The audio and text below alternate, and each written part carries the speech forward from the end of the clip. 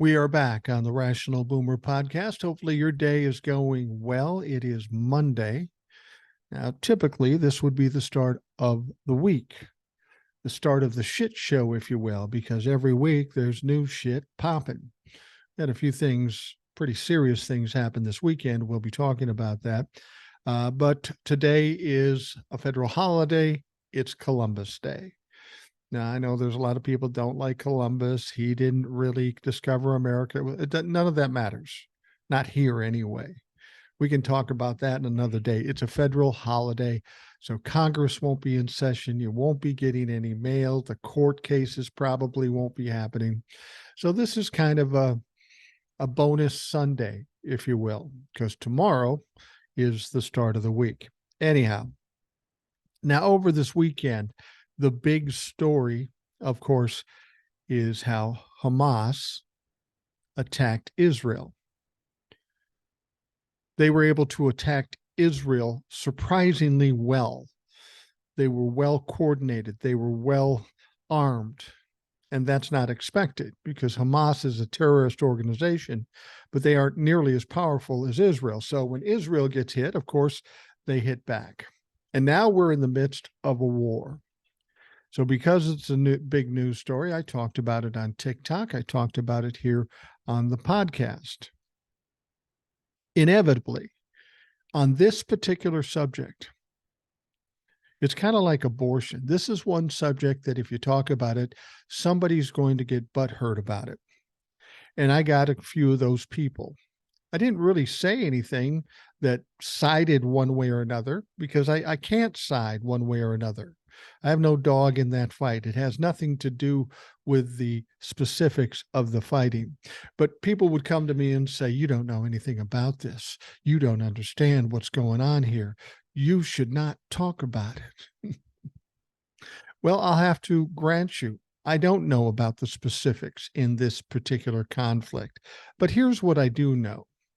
This conflict has been going on since before I was born for decades and decades.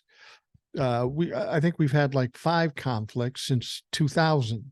It's pretty fucking intense over there. It's always been intense. When I do this, I'm not picking sides. I'm not debating who should do what or who shouldn't do what. I'm simply talking about what it is, what's going on. Like I say, it's a big news story, and that's kind of my thing. But anyway, people get butthurt about it and say, oh, you shouldn't talk about it. Here's what I'm talking about. The specifics of the fighting, the reasoning, the sides, I don't care about that. But what's going on there does impact this country. It impacts the world at large, and that is important. At least on that level, we should be involved. There's an expected response from America. That affects me, that affects you. That may be where our interest and our knowledge ends, but don't make a mistake. We're kind of involved. We will be involved to one degree or another. But to the folks out there that say, oh, you just don't know anything about that, you shouldn't talk about that. Let me explain something to you. On October 14th, I will have been married 40 years. And in those 40 years, my wife has learned that she can't say, don't talk about this, or you should talk about that. That's just not how I roll, as they say.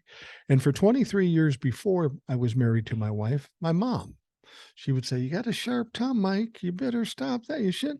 Never worked. I've always spoke my mind. I've always been pretty blunt. And yes, there are some people that don't like me for it, but that's okay. That's okay. You don't have to like me. There's a lot of people that don't like me. But I'm always going to speak my mind. And the point of it is when I do what I do here, it's not trying to debate anything about the topic. I don't know enough about it. I'm not there, so it doesn't affect me in the same way.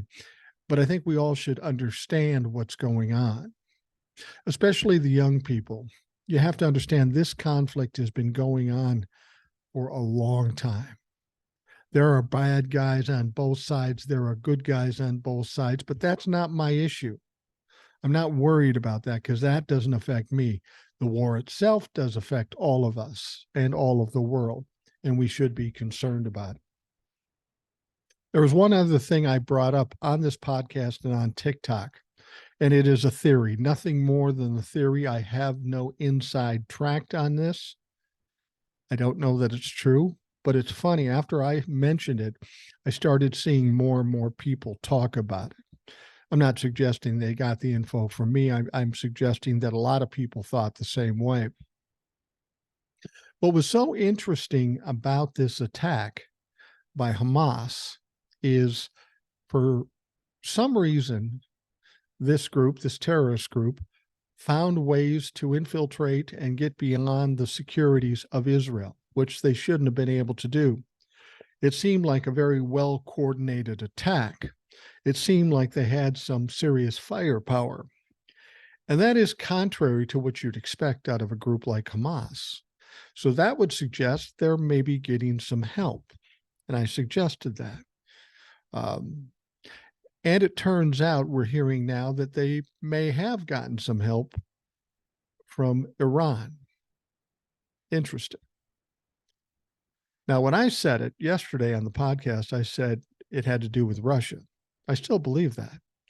But we now know Iran helped Hamas with information for them to be successful in what they did when they made the attack. But where did Iran get it from? Well, we know Iran and Russia are very tight. Russia backs Iran in many ways. So while I don't know for a fact, it's reasonable to think that if Iran was getting involved and Russia has some information, they might share it. And that might explain why Hamas was surprisingly successful in what they did. And then I took it a step further. How did Russia get this information? I mean, this information about Israel is probably pretty well protected by Israel and by America. And I pointed out some things to think about. I don't know that it's true. I pointed out that when Donald Trump first took office, he had a meeting in the Oval Office with some Russian dignitaries. Two of those dignitaries were suspected of being Russian spies. That's scary enough at that. But then we heard a story that somehow Donald Trump inadvertently passed along some top secret information. Well, he's a new guy. He didn't know any better. But the interesting thing about that information was it was military secrets from Israel. It was about Israel. And he shared this with these Russian spies. Now, all these years later, this was in 2017. And all these years later, we know that he has a propensity of spewing top secret things, showing top secret documents. And then, of course, we know that he stole box upon box full of documents. We don't know all of what was in those documents. We don't even know what the fuck he did. But we know Donald Trump is close to Vladimir Putin and the Russians, and he wanted to placate them and help them because he thought they were buddies, he and Vlad. Again, this is all speculation. This is all theory, but we have to explain some things. Hamas attacks Israel, and they do it in a big way that they shouldn't be able to do. The only way that happens is if they get support and they know some shit. And the only way they could have known shit is got it from Iran, who got it from Russia, who may very well have gotten from the Trump administration. Now, people will say that's speculations. That's crazy. Well, we've seen other crazy shit come out of Donald Trump's administration, some things we never thought we'd see come out of a former president. So it's not that crazy to think about. I heard another creator go, come on, let's not blame Donald Trump for everything. And they're basically trying to say there's no evidence of it. And they're right. There is no evidence yet. But there was no evidence about a lot of things with Donald Trump. You don't have any evidence when you start an investigation. It's the people who ignored Donald Trump and said, he couldn't have done that, or he's too rich to do that. That's how he's gotten away with the shit for decades and decades. He was the president of the United States. He regularly and habitually released top secret information to other people, from Russian spies to God knows who. So a reasonable conclusion would be, well, let's look into that shit, not just saying, oh, Donald Trump, don't blame Donald Trump for everything. Frankly, if you look at what's going on in this country right now, the problems in this country, they all track back to Donald Trump. So let's not worry about blaming him too quickly. We don't even know all the things that he did. And what we do know is horrific and is incredibly damaging to this country. To not look at facts and sit back and say, well, we can't blame him for anything. Fuck that. We should look into everything. The fact that we let shit ride is why we are where we are today. Maybe there's no evidence, but that's why you have a fucking investigation. You find the evidence. If there's some suspicion of some things, get the fucking evidence. Don't just let Donald Trump off the fucking hook. Again, you look at what's going on in this country, it all tracks back to Donald Trump. He was the originator of many of the problems we have in this country that are ongoing problems in this country. Donald Trump is an immense danger in this country. We should look into everything and anything that we even suspect of him, because we're always surprised about the next big thing we find out about him. What are the limitations that Donald Trump could be accused of? Nothing, because he's fucking done everything. So that theory has no base in fact, but based on the evidence we do know, it's worth looking into, I think. And if you don't think it is, well, you're fooling yourself. All right. Got some emails. Let's talk some emails. This one comes from Karen. She says, a nice Karen. Good to know. Trumplefuck on social media posted that Trump was the greatest president of our lifetime. I asked him to explain why. His response was no wars, low gas, food and energy, a high 401k, secure borders, no inflation, no recession, low crime, energy independence. Since I like the way you break it down, how would you respond to that? Thank you, Karen. A nice Karen. Well, immediately I would respond, you're a dumb fuck. You don't know what you're talking about. You're not even worth my time talking to. But I get what you're saying. You want some firepower to go back at this person. And I've had people say this to me a million times. Greatest president ever. Oh yeah? Why? What is it that he did that's so great? And they might say, well, the tax break. Well, are you a billionaire? No. So, well, the tax break gave the billionaires a tax break in perpetuity. They gave you crumbs for a short period of time, and now that's gone. So whatever benefit you think Donald Trump gave you, he took that motherfucker back. Anyway, no wars. Well, the Afghan war was going on all the time Donald Trump was in office. He could have stopped it any time. He chose not to. He did create a plan and left the work for Joe Biden, and then had the audacity to blame Joe Biden for using his plan to actually stop it. Since that war started with George W. Bush, any one of those presidents could have stopped it at any point. Bush, Obama, Trump, Biden. But Biden is the only one that had the courage to do it. And the only reason why the other people didn't do it is because they thought, oh, it might hurt my chances in the election because the other party will use it against me. Well, the Republican Party has tried to use it against Joe Biden, but he didn't care. He just did the fucking right thing. Now he says low gas, food, energy, and then he talks about inflation. This is the same thing. He's being kind of redundant here.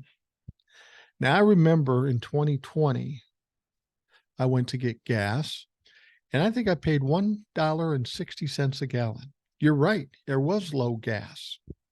But why was there low gas? Because we had a fucking pandemic going and nobody was going out. The demand had dropped. You see, that's the thing about gas prices. No president has any power on gas prices. It's all about supply and demand. It's about the Middle Eastern states that get together and collude and decide to raise prices. There is no president that got us low prices, and there's no president that got us high prices. It's something other than the presidency. And while we're on that topic, they talk about energy independence. Somehow they were under the understanding that we were independent energy wise when Donald Trump was in office. That's not true. We weren't independent or energy independent. We're not now. We never have been. I mean, the goal would be to get less from other people. But you know, the best way to be energy independent? It's to foment these electric cars. If we had electric cars and everybody was driving electric cars, we would be energy independent. But you know what? Donald Trump and the Republicans are against that. So fuck you. That's stupid. And let's talk about food and other inflation. Why did we have inflation? Not because of Joe Biden. The inflation was started when Joe Biden came in. The reason we had inflation, and it's dropped more than half in the last year or so. So don't tell me the inflation's getting worse. It's getting a lot better. The reason we had inflation was because of the supply chain problem. And why do we have problems with the supply chain? We had problems with the supply chain again because of the pandemic. Demand for everything got lower and lower. So there was less need to ship things. And then when we came out of it, they had to ramp everything back up. And it took a while to ramp everything back up. We had boats sitting in ports waiting to dock to get unloaded. The supply chain was fucked up because of the pandemic. And then once things started to settle down, all these big companies got a little, they became accustomed to these high prices, and they thought they'd try to hold on to them. So if you want to talk about inflation, it's because of the pandemic, because of the supply chain problem, and it's because of fucking greed from big companies. Again, nothing to do with Joe Biden. And sometimes the Republicans will say, well, it would have looked better for Donald Trump had we not had the pandemic. Well, had Donald Trump done his fucking job, we wouldn't have had as bad a pandemic as we did. When the pandemic hit, most presidents go into action. They take measures. They do what they need to do, like Joe Biden did recently with COVID and a possible upsurge of COVID. Donald Trump did nothing. He told us it was a hoax. He told it wasn't real. He spewed remedies that were ridiculous, ivermectin and all that stuff. The reason our pandemic rose to the level it did and became as bad as it did is because of the incompetence and the inaction of Donald Trump and the Republican Party. That's why. So any financial problems we had because of the pandemic, that's owned by the Republicans and Donald Trump. We wouldn't have had that shit unless Donald Trump had done his fucking job. Let's talk about secure borders. I love how they talk about secure borders. This has been an ongoing problem for decades. It's gotten worse recently. But no president has had completely secure borders. It's a big problem. It's hard to address. No president has had a good time with it. Now, Donald Trump tried by caging children and separating families, pretty draconian, certainly not humanitarian, but his borders weren't necessarily tighter than what Joe Biden has. I mean, if you look at what's coming across the borders now, there's significantly less people coming across the border than when Donald Trump was in office. That's not to say we don't have a problem. It is a big problem, but it's a problem nobody has been able to solve, including Donald Trump. He talks a good game, but he doesn't do jack shit. I mean, he wanted to go down there with the army and shoot people as they come across the river. You okay with that? I don't think anybody's okay with that. And if you are, you're obnoxious fuck and you need to fucking just leave because that's ridiculous. Okay, Karen, I don't know if I gave you enough ammo, but if the guy thinks he's really smart, tell him he should come on the show. I'd be happy to talk to him personally. All right, we've got more emails. Let's get to it. This one says, "Good morning, Mike. I sat listening to Sunday's podcast. I started thinking, could war in the Middle East be a direct result of the top secrets that the orange piece of shit spewed and shared with God knows who? What will the Trump-fucks do if, in fact, that is the case? Hamas, in my opinion, was emboldened by the top secret documents that were shared by the biggest thief traitor failure in our history and Mother Russia. May he fall, skin his knees, and shit in the same diaper the rest of his days." As for the circus that we call Congress, each and all of the MAGA fuckers are going to be indicted, and I can't wait. Have a fantastic week, Deborah, Southern California. Now, again, I talked about this earlier about Hamas getting inside information. We don't know that that's true. There is no evidence yet, but I have a feeling there will be. I think it's a reasonable concern, a reasonable suspicion.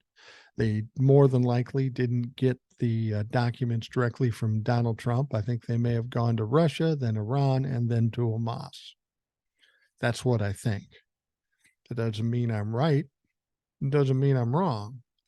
But it's certainly suspicious enough that we need to check into it. And as far as the members of Congress needing to be indicted, yeah, we need that quickly. As I was talking with Ed, this would kind of tamp down the rhetoric. Some of these members of Congress would be so busy trying to save their ass, they wouldn't be having the time to spew this violent rhetoric that they continue to do every day. All right, I have an email from Old Soul. "Hey, Boomer, love Ed on the podcast. I used to watch old episodes of Statler and Waldorf with my grandmother all the time. I know they are Muppets, but you and Ed kind of remind me of them.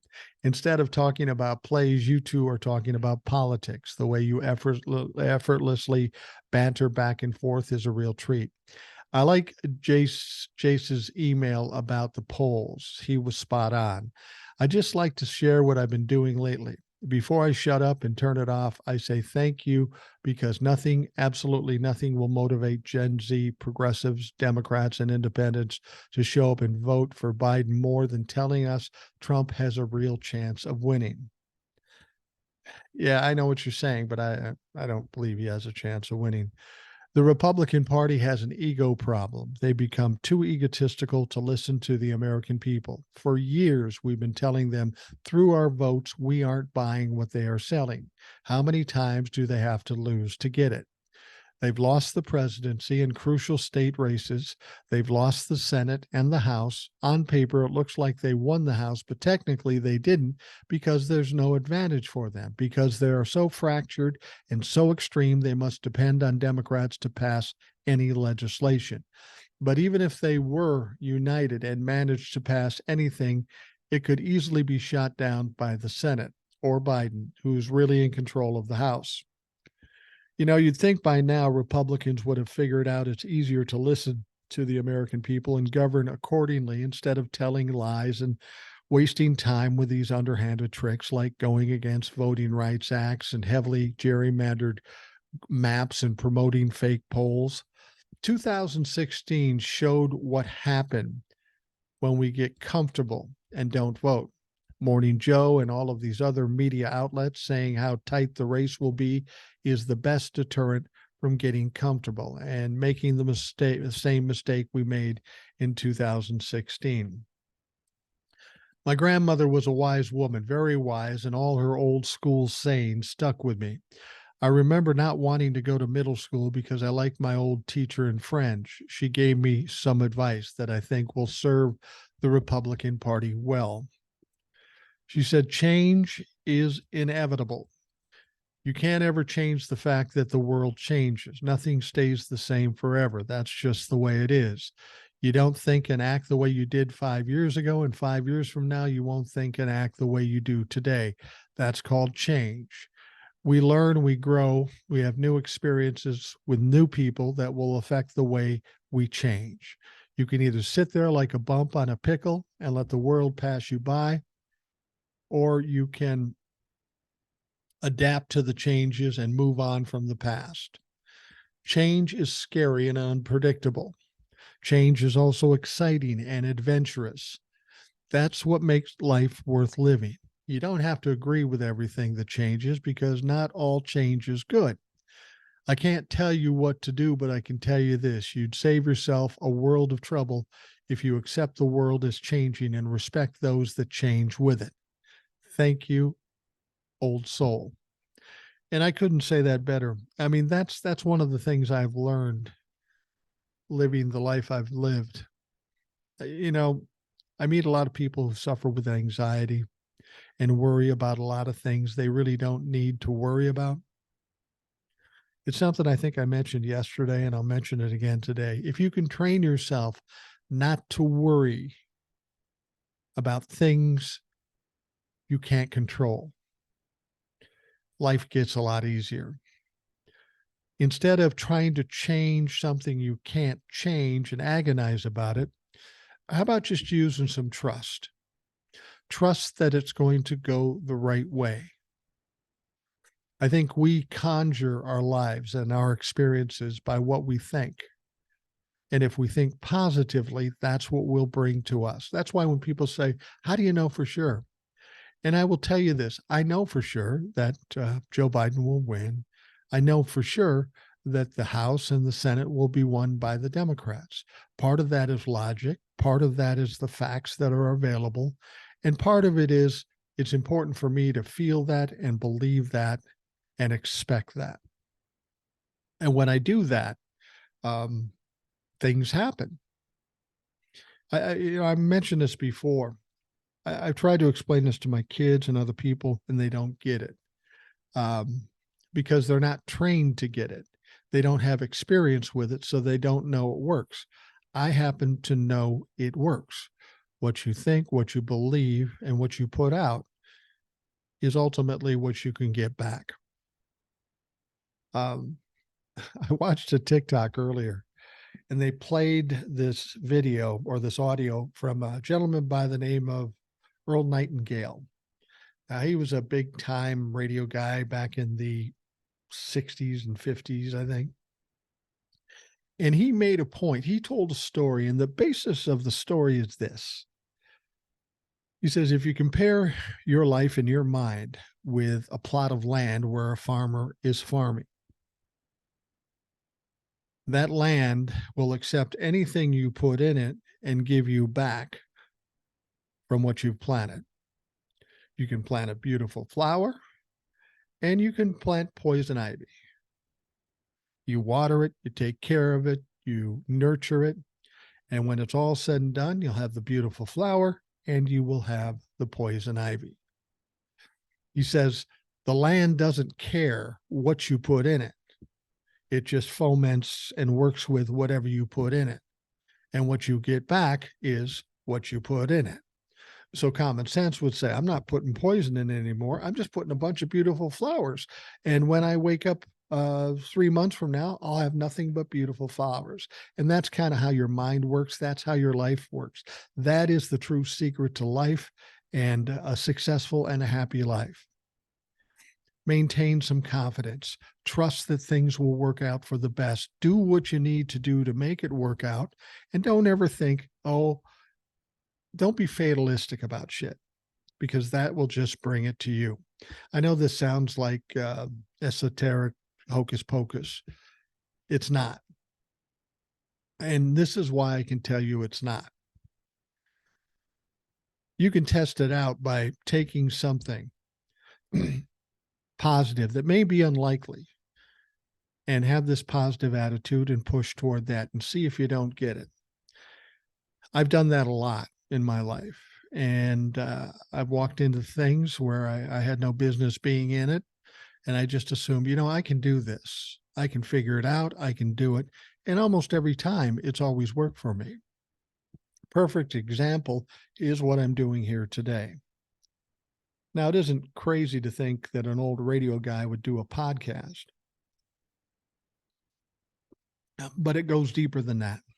Because when I decided to do a podcast, I knew I couldn't just start a podcast and expect everybody to come flocking to me. They don't know who I am. There's a billion podcasts out there. Why would they come listen to this?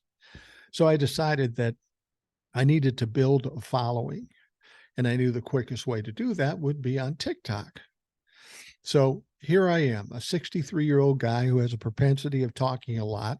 All my family and friends know that, but I think I'm going to do this TikTok and I'm going to talk about politics, and I'm not going to do anything fancy. I'm going to sit here right in my living room and just speak my mind.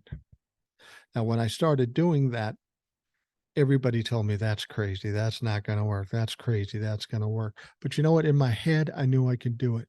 I felt confident that I could do it. I had a goal. I'm going to do the TikTok. I'm going to get some followers, and then I'm going to start a podcast based on the followers I had on TikTok. Well, I'm going on 3 years having been in TikTok. I have a lot of followers, and I have a podcast that people are listening to it. The only way that happened is two things. I actually tried to do it. I made the effort, and I believed I could do it. There is no way if you sat and talked to somebody before I started doing this and said, listen, I got this 63-year-old guy, not exactly a thirst trap. He doesn't want to do anything fucking fancy. He just wants to spew his shit. And people are going to watch it, and people are going to follow this guy. They'd laugh at you like everybody laughed at me when I started doing it. But I was either too stupid or had the audacity to say, no, I think I can do it. So I did. And I put in the work and I kept doing it. And here we are. Now, if I can accomplish something like this, anything you want to do, you can accomplish too. So, Old Soul, you give some great advice. I would love to have met your grandmother. I don't know if she's with us still or not, but she sounds like a very intelligent woman. And it sounds like she and I are on the same mindset. So I'd love to meet her sometime or talk to her. Anyhow, thank you for that. Old Soul, it's always great to hear from you. All right, we are going to take a quick break. We'll come back and check out some of the news of the day. We got a lot of shit going on. So we'll be right back right after this.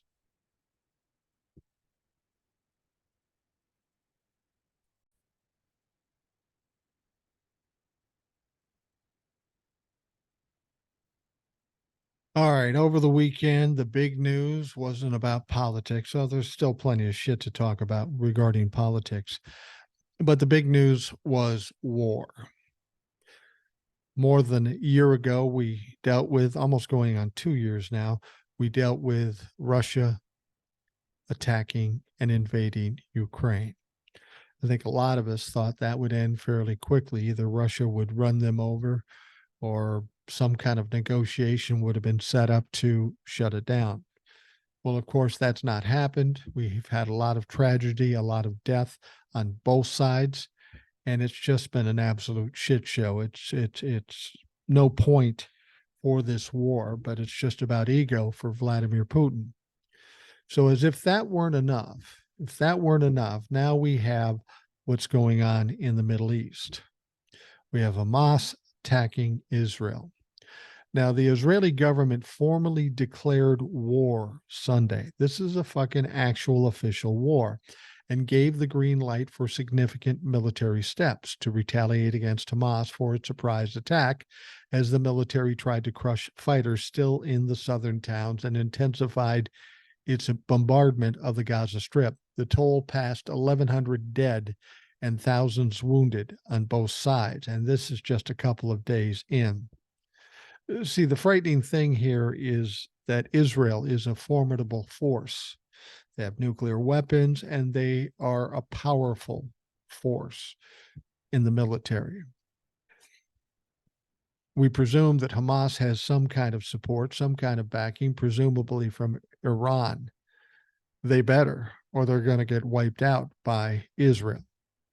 Israel doesn't fuck around. And at this point, they are pissed off, and they are going to strike back, and they are going to strike back hard and continually. More than 24 hours after Hamas launched its unprecedented incursions out of Gaza, Israeli forces were still battling with militants holed up in several locations. At least 700 people have reportedly been killed in Israel, a staggering toll on a scale the country has not experienced in decades, and more than 400 have been killed in Gaza. Now, the declaration of war portended greater fighting ahead, and a major question was whether Israel would launch a ground assault on Gaza, a move that in the past has brought intensified casualties. As many as 1,000 Hamas fighters were involved in Saturday morning's assault, according to the U.S. Secretary of State, Andrew Blinken. The high figure underscored the extent of the planning by the military group ruling Gaza, which has said it launched the attack in response to mounting Palestinian suffering under Israel's occupation and blockade of Gaza. Now, the gunmen rampaged for hours, gunning down civilians and snatching people in towns, along highways, and at techno music festival attended by thousands in the desert near Gaza. The rescue service, Zaka, said it removed about 260 bodies from the festival, and the toll was expected to rise as other paramedic teams were working in the area. This is truly a tragedy. A lot of people have died, and a lot more people will die in this situation. I've heard people talking about this and saying this could be an extended war. Well, we know what an extended war is when we look at Russia and Ukraine. And that's all we need, is something more like this happening in the Middle East. Hamas and the smaller Islamic Jihad group on Sunday claimed to have taken captive more than 130 people from inside Israel and brought them into Gaza, saying they would be traded for the release of thousands of Palestinians imprisoned by Israel. The announcement by the two groups, though unconfirmed, was the first sign of the scope of abductions during the attack. The captives are known to include soldiers and civilians, including women, children, and elderly, mostly Israeli, but also some other nationalities. The Israeli military has said only that the number of captives is significant, and apparently there may be some Americans in these murders or these abductions. Now, Israel hit more than 800 targets in Gaza so far, its military said, including airstrikes that leveled much of the town of Beit Hanun in the enclave's northeast corner. Warplanes fired tons of explosives on 120 targets in Beit Hanun. Israeli Rear Admiral Daniel Hagari told reporters, saying Hamas was using the town as a staging ground for attacks. There was no immediate word on the casualties, and most of the community's population of tens of thousands of people likely have fled before the bombardment. Now, Hagari said, "We will continue to attack in this way with this force continuously on all gathering places and routes used by Hamas." As we said, it's baffling how Hamas was even able to pull this off, to get around the Iron Dome and breach security measures by Israel, but somehow they were. Now, we're finding out that Iranian security officials helped Hamas orchestrate the weekend attack on Israel and officially approved of the assault during a meeting in Beirut last Monday. That comes to us from Wall Street Journal. Citing senior Hamas and Hezbollah members, the outlet reports officers of Iran's Islamic Revolutionary Guard have worked with Hamas to plan the air, land, and sea attack since August. This has been going on for some time. The attack on Israel was one of the most deadly breaches of its borders in decades. Now, hundreds of civilians and soldiers were taken hostage, as I mentioned. And as I've said before, what you need to understand is this conflict, this argument, these wars have been going on for decades. People will speak ill of what Israel's doing. They'll call Hamas a terrorist group, which I think you can call them that, this unprovoked attack. But then they'll say it's in retribution for the way Israel treats Palestinians. This has been going on for fucking decades.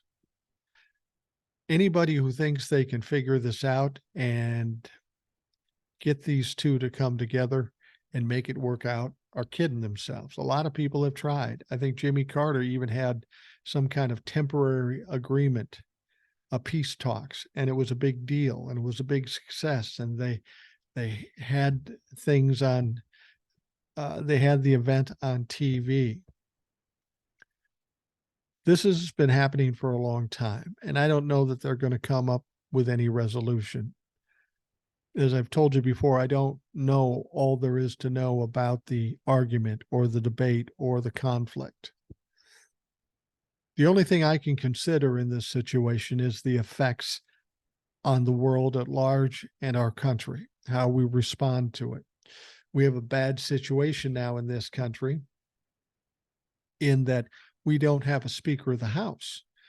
So if we wanted to send money to Israel to help them in this effort, we can't. We don't have a Speaker of the House. Thanks, Matt Gaetz. Thanks, MAGA fucks. There's a lot of things we can't do because we don't have a Speaker of the House. Now, this is putting pressure on the Republicans. It was bad enough with the budget coming up and all that sort of shit. They weren't expecting this. And now they look really bad. So it's going to be interesting to see how they react to this whole situation. Now, this comes from the Wall Street Journal. A European official and an advisor to the Syrian government, however, gave the same account of Iran's involvement in the lead up to the attack. He was asked about meetings. Mahmoud Miradawi, a senior Hamas official, said the group planned the attacks on its own. This is a Palestinian and Hamas decision. Yeah, but you had to have some help. You had to have some fucking help. Hours after the attack occurred, President Joe Biden addressed the nation in a televised broadcast, calling the assault appalling and vowing to stand by Israel. One of the essential goals of the Saturday strike was to disrupt peaceful relations with Saudi Arabia and Israel, according to senior Hamas and Hezbollah members who claim Iran believes the relationship is threatening.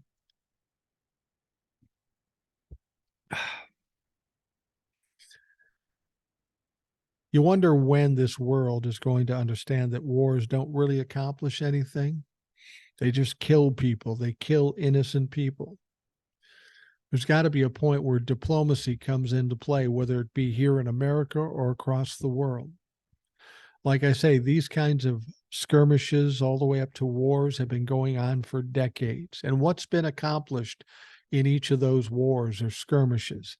Zero, nothing. They have come to no agreement on this situation. So we and other European countries, and I guess Russia, have to come to some ideas of what we can do to help this situation, to settle this situation. But if we've got Iran helping Hamas, which is a terrorist organization, or that's what it's called, and they're being supported by Russia, if that's the case, this is exactly what we're going to see, like we saw in any other war. Basically, the Russians and Iranians against the Americans and the rest of Europe.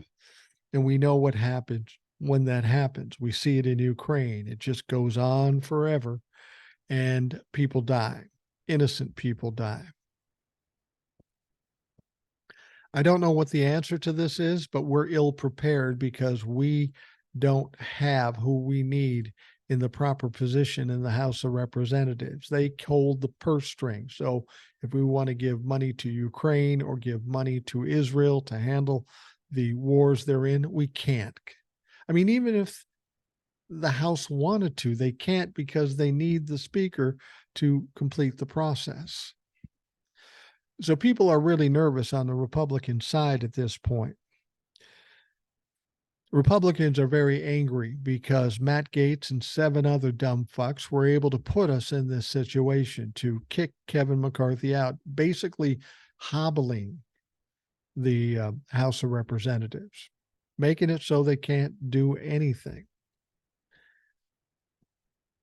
I made a suggestion the other day, and it was just something that came to me. I did this yesterday or the day before, whenever it was. And I said, come Wednesday, when they start trying to decide who's going to be the Speaker of the House, they have a big problem because there is nobody in the Republican Party that can garner 218 votes. And if that can't happen, what do? You can't keep going without a Speaker of the House and do absolutely nothing. Watch these wars being waged and America not doing anything, not getting our budget situation figured out. Something's got to happen. And if the Republicans have vote after vote after vote and they can't elect a Speaker of the House, what do? Well, one option might be that some reasonable Republicans, if there are any, get together with the Democrats and elect somebody who's more appealing or more normal, somebody that the Democrats can live with for the next year. Because after this year and after the election, Democrats will hold the House, so it won't be an issue. But I know the Republicans don't really like the idea of working with the Democrats. That may be a death sentence to their political careers if they decide to do that. So is there another option? I don't know, because I don't know the rules of the House of Representatives, but I could see in my mind what would be the next natural step if you can't elect a Speaker of the House and you don't want to work with the Democrats. What's left? What else do you do? Well, it would be a desperation move and it would be an embarrassing move, but I wouldn't be surprised if they said, Kev, we were just fucking joking. Come on back. Reinstate the motherfucker. A lot of people thought that was crazy. I even thought that was a little crazy, but I'm just trying to look at all the options and what can you do? And those are the 3 options I know of. But then, then I was watching TV and I had somebody in the Republican Party in the House suggest the very same thing. So once again, maybe I'm onto something or maybe I'm just on something. Representative Michael McCall, a Republican from Texas, had sharp words on Sunday for chaos creating members of his party like Matt Gaetz. Now, during an appearance on CNN, McCall was asked about the possibility of securing more military aid for Israel in the wake of this weekend's deadly attacks. Especially since you don't have a Speaker of the House. He went on to say, it's not ideal. It wasn't my idea to oust the Speaker. I thought it was dangerous. I looked at the world and all of the threats that are out there and what kind of message we are sending to our adversaries when we can't govern and when we are dysfunctional and when we don't even have a Speaker of the House. How does Chairman Xi in China look at that when he said democracy doesn't work? How does the Ayatollah look at this, knowing that we cannot function properly? And I think it sends a terrible message. Just a thought, an aside would be maybe that lapse in our Speaker of the House was the thing that precipitated for them to act now. When the U.S. government is stifled in a way that they are now, maybe that was the good time to make that hit because they knew Americans couldn't react quickly. Not saying that's what happened, but if I'm planning something, I'm looking at this eventuality of not having a Speaker of the House saying, well, that works out perfect for me. Now would be the time to do it when the Americans are too busy fucking with their own stupid bullshit and can't get involved in this. Now, McCall went on to say that it was imperative to get a new speaker elected this week so that the Congress could properly help fund Israel's defense, and added he is working on some measures that could be taken without speaker elected, such as a bipartisan resolution for condemning Hamas. And we want to get that on the floor by unanimous consent. They could do that. Now, there's another representative. His name is Mike Lawler, and this is where I'm getting to what I suggested. He said the same thing. He's getting tired of it. He's a Republican. He says, we got to do something. We got to do something quick. We can't sit around and watch them dick around trying to elect some other Speaker of the House when we know it's going to be difficult for them to do it. We simply need to reinstate Kevin McCarthy. Now, the thing is, I'm no fan of Kevin McCarthy. I didn't cry at all when he got kicked out, but it did cause me some worry, because whether Kevin McCarthy or whoever is Speaker of the House, without any Speaker of the House, like we just talked about here, we can't get much done. We can play some games, get unanimous consent, but that may or may not work. We need to deal with situations and problems we have now, like a budget, like Israel, like Ukraine, and a Speaker of the House is imperative to do that. And Mike Lawler of Texas, I think he was of Texas, said, we just need to figure out a way to reinstate Kevin McCarthy. Not because Kevin McCarthy is bright, because we need a body in that position to get anything done. And while that would be an embarrassment for the Republican Party, I would think the majority of the people in the Republican Party would agree with that idea.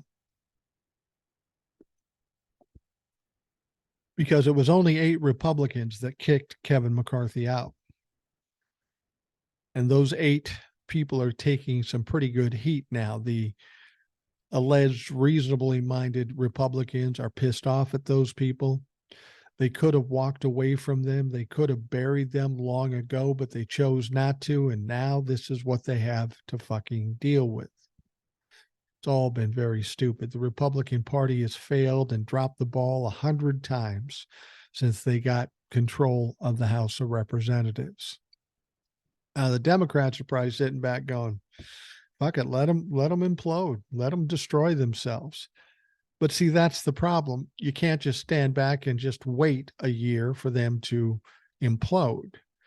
There are real problems and situations we need to deal with. So we do need a body in the speakership role. How they're going to do that, I don't know.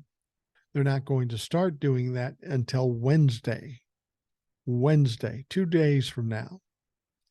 But they better fucking hurry up, because we look foolish, and a lot of bad things can happen if we don't act. So this is going to be interesting to see how the Republicans act under pressure. Will they be able to figure this out? Will they be willing to be embarrassed and bring Kevin McCarthy back? I don't know, but that may be their only option. Kevin McCarthy is going to be hard pressed to get 218 votes. The moderates and the conservatives in the Republican Party is going to have to put a lot of pressure on those 8, or they're going to have to get 8 or more Democrats to vote for it. Something will get done, because this is going to embarrass a lot of people. They aren't going to just let this happen. It's like what I told you about when it came to coming up with a stopgap or raising the debt limit. They're going to walk it right up to the last second, but they're going to cave. They're going to swerve in this game of chicken because they don't want to deal with what's going to come after the fact. All right, this next story is interesting to me, and I'm going to watch it. It tells me just how desperate Ron DeSantis is. Ron DeSantis is losing support every day. He's making a fool of himself every day. Him and those goofy fucking cowboy boots that are ridiculous. He's got like 7-inch lifts in it, it looks like. He's got something in there, because if you look at those boots, nobody's shoes or boots fit like that. You'd think he'd be a little more covert about it, but you just look at him walk or these shoes and it's just fucking ridiculous. Anyway, Ron is so desperate. Get this. Ron DeSantis will appear on MSNBC Tuesday to answer questions from one of his critics.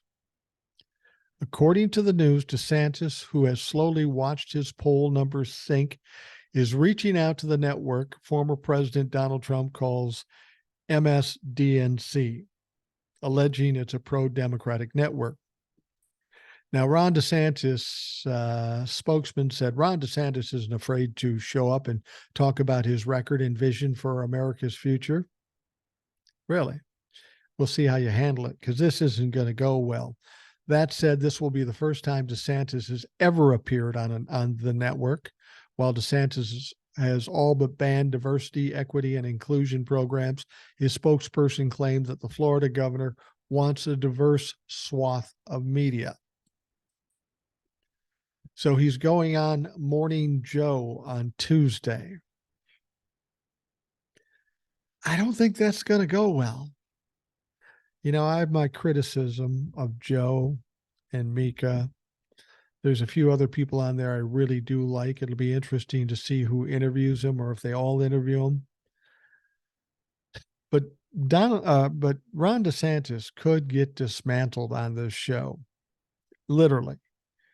The stuff he's done is so ridiculous. And if he goes up against somebody who will really call him out, not let him divert, distract, and delay, push him into a corner and make him answer, that is going to be devastating to Ron DeSantis. Now, while other candidates like Tim Scott, Nikki Haley have been able to garner broad media attention, DeSantis has suffered, preferring only to stay on far-right television. Who does that sound like? Sounds like fucking Donald Trump. Only go to places where they're friendly to you.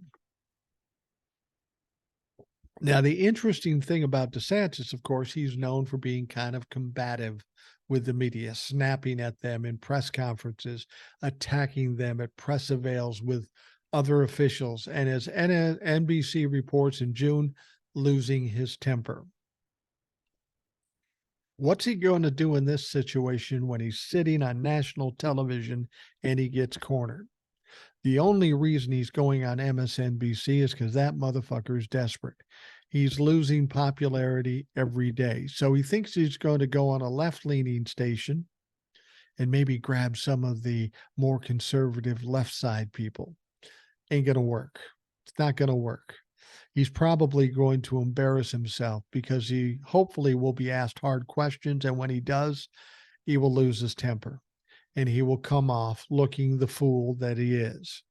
Now, it's unclear if DeSantis has ever done MSNBC as the governor, but with some polls showing him in third place, he appears to be searching for all other options. If this goes well, he'll be on all kinds of media thinking he's a hotshot. If it goes badly, that may be the death knell for his campaign.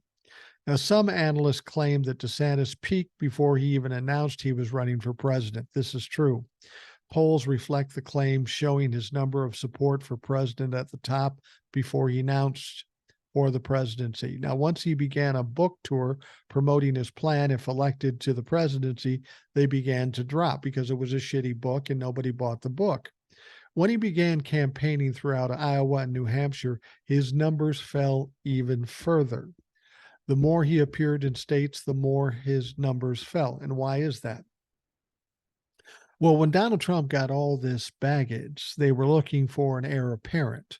They knew Donald Trump was going to have problems. So you got this guy in Florida spewing all this stuff, sounding like Donald Trump light. And they just grasped onto him. They didn't vet him. They didn't know anything about him. They said, he's our guy now. He's our guy now. But every time he goes out and talks to the press or talks to the people, he drops in the polls because he's socially awkward. He's got a bad temper. He's not very bright. And he leans to authoritarianism, fascism. People don't like that. For whatever reason, Donald Trump and Ron DeSantis and some of these others think this fascist attitude is going to attract people like flies, but it doesn't. any more than overturning Roe v. Wade does, or loose gun laws, or anything else. Now, columnists attribute it to being painfully awkward, as I said, weird and alienating, even lacking good manners. Comedian Seth Meyers said he eats like a starving animal who's never eaten before. One Iowa report said that while skipping around the state, he laughed like a maniac. You ever see him do that laugh? Wow, somebody should say, you know what, pull it back a little bit because you look fucking crazy. Now, Morning Joe's host, Joe Scarborough, a former Florida congressman who will conduct the interview, has attacked DeSantis for both policy and personality, calling him strange and Bush League. So one thing I do like about Joe, he is bold and he will get in your face. And the idea that Ron DeSantis is going to sit across the table from Joe Scarborough, that's going to be entertaining. I'm definitely watching that shit. Now, one of the most telling moments was when DeSantis met President Joe Biden after Hurricane Ian. Biden, he's known for being a warm guy, compassion, care. He hugged Floridians, held their hands, and played the role of consoler in chief.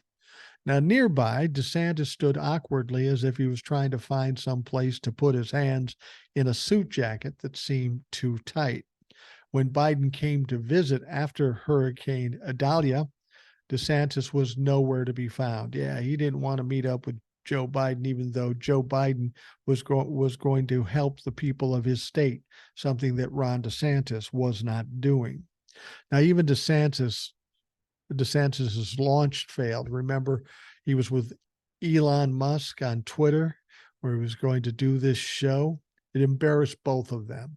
Musk has now abandoned Twitter's name and his previous support for Ron DeSantis. Apparently, they didn't get the ratings that they were hoping for. So Ron DeSantis on Tuesday. This is going to be interesting. If you can watch it, I would watch it. There'll be clips all over the place. I'll talk about it. But it's not going to go well for Ron. Ron's not built for this kind of interview. He's not going to like the pressure, and he's not going to like the questions. So the interesting thing will be, how will he react? Will he act awkward and weird? Will he lose his temper? Will he walk off stage? I don't know. But this is going to be far different than the debate because he will be pressed. I hope Joe Scarborough does that. If he doesn't, I'm going to be fucking disappointed. I will never watch that show again. He has an opportunity with Ron DeSantis not only to put him in a corner and expose him for who he is, but help this country by getting this fucking guy out of the race. Now, this will be the last story, but going back to the Israeli Hamas thing, this is interesting too. Defense Secretary Lloyd Austin said Sunday that he has ordered the Gerald R. Ford aircraft carrier strike group to sail to the Eastern Mediterranean to be ready to assist Israel after the attack by Hamas that has left more than 1,000 dead. Can you imagine that? An American aircraft carrier going to the Eastern Mediterranean to help Israel, who probably has the capability of wiping out Hamas on their own. But now the Americans will have this boat in reserve, I would guess. The USS Gerald R. Ford, the Navy's newest and most advanced aircraft carrier, and its approximately 5,000 sailors and deck of warplanes, will be accompanied by cruisers and destroyers in a show of force that is meant to be ready to respond to anything from possibly interdicting additional weapons from reaching Hamas and conducting surveillance. That means anything coming into the ports, they're going to fucking sink them. Now, maybe not that dramatic, but they're going to stop them. The large deployment reflects a U.S. desire to deter any regional expansion of the conflict, but the Israeli government formally declared war Sunday and gave the green light for significant military steps. Preliminary reports indicate that at least 4 American citizens were killed in the attacks, and an additional 7 were missing and unaccounted for, according to a U.S. official. The numbers were in flux and could change as a fuller accounting is compiled. But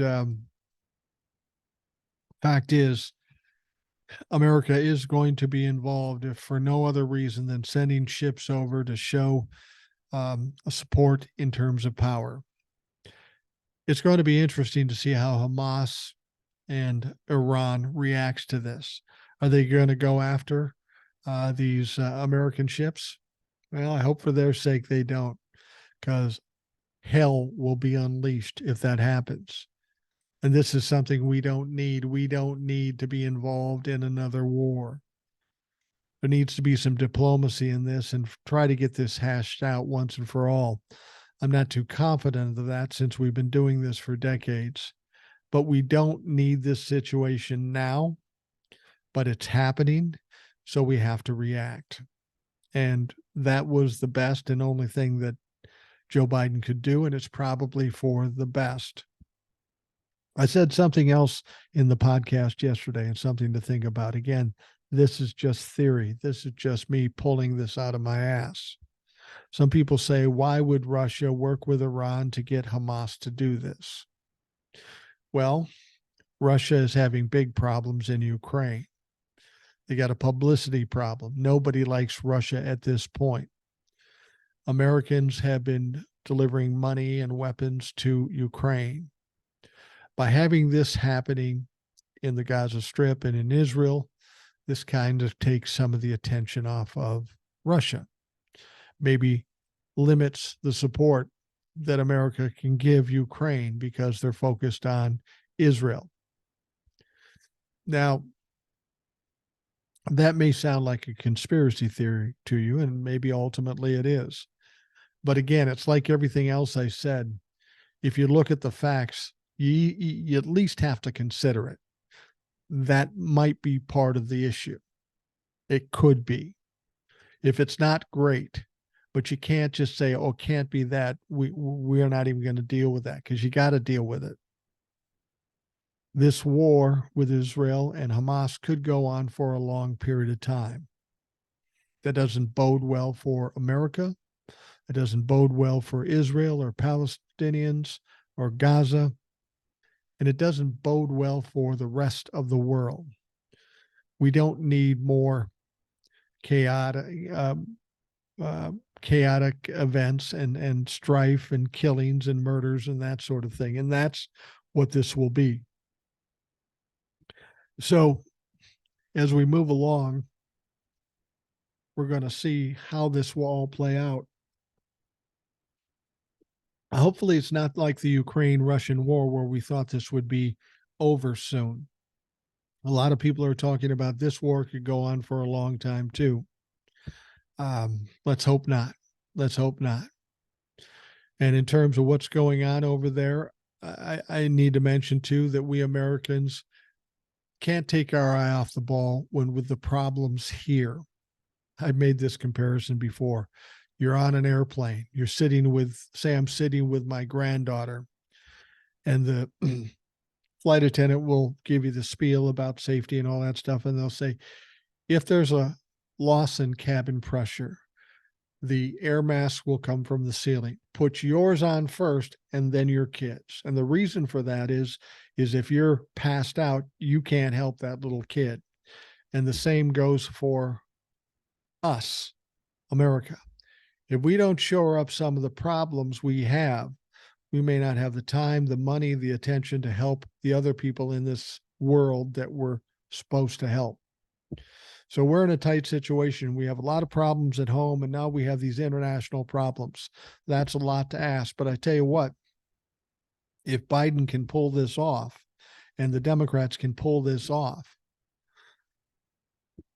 there's going to be nobody in the history who's done more for the security of this country, the security of this world, and for working out the problems in this country. We got a long way to go. It's not going to happen tomorrow, next week, next month, but we got to be on the right track to straighten all these things out. We need the indictments. We need the prosecutions. We need the verdicts, the guilty verdicts, and we need people held accountable. We need to get some stability back in this country if we ever hope to help anybody else. All right. We are going to wrap up the Rational Boomer podcast. I want to thank you for taking the time out of your day.